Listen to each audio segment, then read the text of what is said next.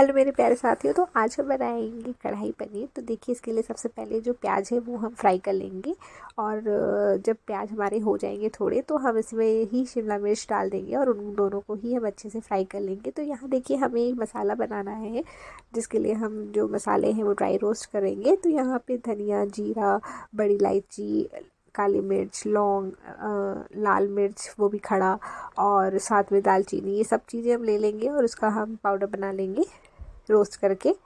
और ये देखिए, हमारे यहाँ पे जो प्याज और शिमला मिर्च थे वो हो गए, तो वो हमने हटा लिया। और अब हम फिर से कढ़ाई में तेल लेंगे और उसमें हम लहसुन, अदरक, ये सब हम फ्राई करेंगे।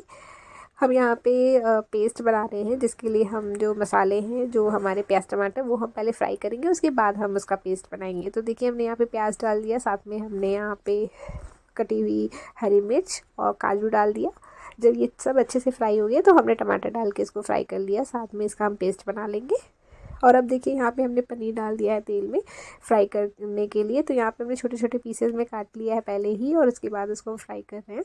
तो यहाँ पे कश्मीरी लाल मिर्च, हल्दी, नमक, थोड़ा सा गरम मसाला, ये सारे जो पाउडर है ना, इसके साथ सीजनिंग करेंगे, ताकि जो पनीर है ना वो भी हमारा थोड़ा फ्लेवरफुल हो जाए, और जो कढ़ाई पनीर है ना उसका टेस्ट बहुत अच्छा हो जाए। तो देखिए, यहाँ पे इस तरीके से हम पनीर को भी फ्राई कर लेंगे। बहुत ज़्यादा नहीं फ्राई करेंगे, नहीं तो पनीर थोड़े हार्ड हो जाते हैं। बस थोड़ा सा फ्राई करेंगे बस। फिर जिसमें हमने पनीर फ्राई किया, हमने उसी कढ़ाई में तेल में हमने कश्मीरी लाल मिर्च और हल्दी डाली थोड़ी सी, और इसके बाद हम अपना जो पेस्ट है ना वो डाल देंगे।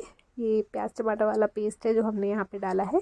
जब वो थोड़ी देर कुक हो जाएगा, तो हमने जो दूसरा पाउडर बनाया था ड्राई रोस्ट करके, वो हम डालेंगे, और इसी में हम अपना नमक डाल देंगे। नमक ये आपके ऊपर, आपके अपने स्वाद के ऊपर है, आप जैसा डालना चाहें, कम या ज़्यादा। और उसके बाद हम इसमें गरम मसाला, एक एक्स्ट्रा जो हमारा मसाला है वो गरम मसाला है, वो हम डाल देंगे। और जब ये हो जाएगा, पक जाएगा, तो हम इसमें क्रीम डाल देंगे 2 चम्मच से 3 चम्मच के करीब। जब वो भी हम इसको कुक कर लेंगे 5 मिनट के लिए, तो उसके बाद हम जो भी हमारा पनीर और जो प्याज और शिमला मिर्च है वो सब भी हम इसमें डाल देंगे। और इनको अच्छे से, आप चाहो तो इस तरह से भी सर्व कर सकते हो आप, क्योंकि आपका कढ़ाई पनीर इस पॉइंट पे बन गया है। लेकिन चूँकि हमें ग्रेवी पसंद है, तो हम यहाँ पे थोड़ा सा पानी ऐड करेंगे, और पानी ऐड करके हम इसको ग्रेवी में लेकर आएंगे। नहीं तो आप इसको इस तरह से ड्राई भी खा सकते हो, ये भी बहुत अच्छा लगता है नान पराठे के साथ। बस हमें चूँकि ग्रेवी पसंद है, तो हम यहाँ पे ग्रेवी के लिए यहाँ पे हम थोड़ा सा पानी का यूज़ करेंगे।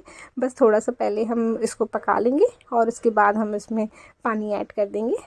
तो पानी के बाद आपको उसकी कंसिस्टेंसी मेंटेन करनी होगी। तो ये देखिए, हमने यहाँ पे पानी डाल दिया है थोड़ा सा, और बहुत ज़्यादा पानी ना डालें, नहीं तो ये पानी जैसा होगा तो अच्छा नहीं टेस्ट आएगा।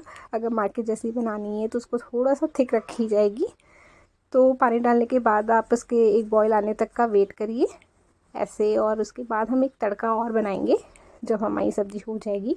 तो उसके लिए आप बटर ले लीजिए, उसमें थोड़ा सा तेल डाल दीजिए, ताकि जो बटर है आपका वो जले नहीं। और उसमें आप एक लाल मिर्च और एक थोड़ा सा अदरक के जो लंबे शेप में कटे हुए, और उसके साथ ही हम थोड़े से धनिया खड़ा ले लेंगे, और इसको हम बना लेंगे। धनिया की पत्ती से हम इसको सर्व करेंगे, हमारे जो कढ़ाई पनीर है।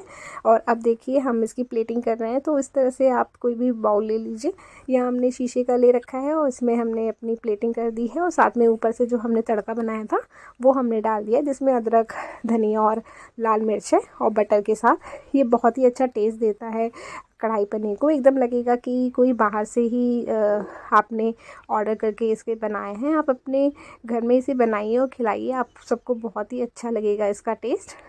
और हमें भी बताइएगा कि आपको ये कैसा लगा इसका टेस्ट। हमें तो ये बहुत ही अच्छी लगती है नान पराठे के साथ। अगर आपको ये अच्छा लगा हो तो please like, share and subscribe.